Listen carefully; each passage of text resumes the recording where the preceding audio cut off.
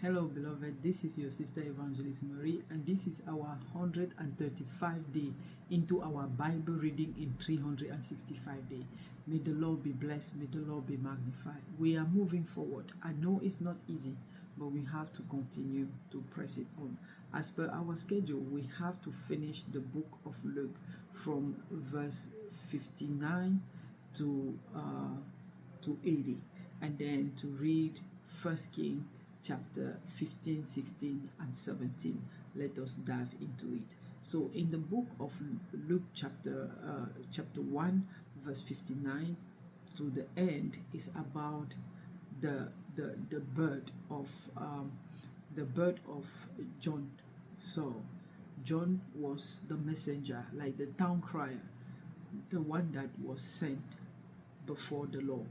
And when he was born is when now the tongue of Zachariah was released, and he was able to give the name of the child. And then he prayed, and the great prayer. So he was prophesied in his prayer. The Bible says in verse 79 that 78, through the tender mercy of our God, with which the day spring from on high was visited us, to give light to those who sit in darkness and the shadow of death, to guide our feet into the way of peace. So the child grew and became strong in spirit, and was in the desert till the day of his manifestation to Israel. Their ways of the law is not our ways. The ways of the Lord, he was anointed from the womb. Even his conception was miracle. But the time was not yet until the time was. So when you are in a hurry to assume your duty that is not yet time, then there is a problem. We need to learn to wait for God's time. Let's go to First King chapter 15, 16, and 17. Again, it's always the battle. The law in this keep the king of Judah for more longer than the king of Israel. So you will see that one king was sitting there, and then many kings came and fought and died and fought and died, because they were not children of Israel. So they did not know how to stand and please God.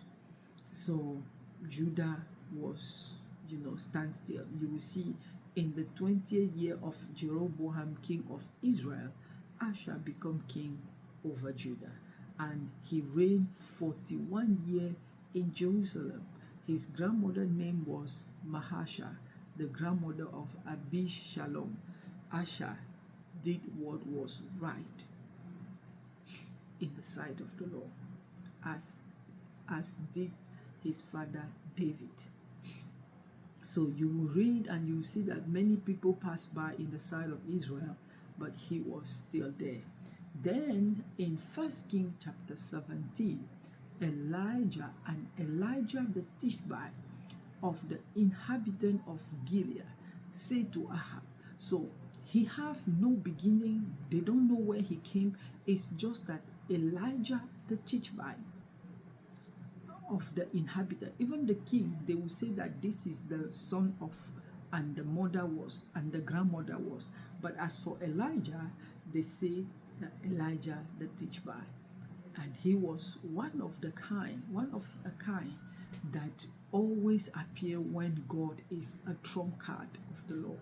When he want to smash it on the floor, that's why Elijah will appear. And it will be that you shall drink from the brook. So he went and say what the Lord have said to King Ahab, because Ahab even destroyed the people of the Lord completely. Now he even built some altar to add to the altar that his forefather did to anger the Lord. And he married a woman, Jezebel, that was also worse than him. So that was our 335 days into our Bible reading in 365 days. Beloved, that you can see I am exhausted, but the Lord is my strength. So I challenge you, like usual, to seek intimacy with God through His Word. Why? Because God is His Word and God is the Word. I challenge you to know God by yourself through His Word, because there is no other place to know God than through His Word. So may the Lord bless you and may the Lord keep you. May the Lord let His face shine upon you and be gracious unto you. May the Lord open His countenance upon you and give you peace. May He continue to strengthen us and give us what it takes to continue in this path, to seek Him, to read His Word in good and in ungood time, in favorable and unfavorable time. We will keep pressing on. So, beloved, as per our schedule, tomorrow being the 16th of the month of May, we have to read 1 King chapter 18 and 19 and to read Luke chapter 2 verse 1 to 20. Shalom.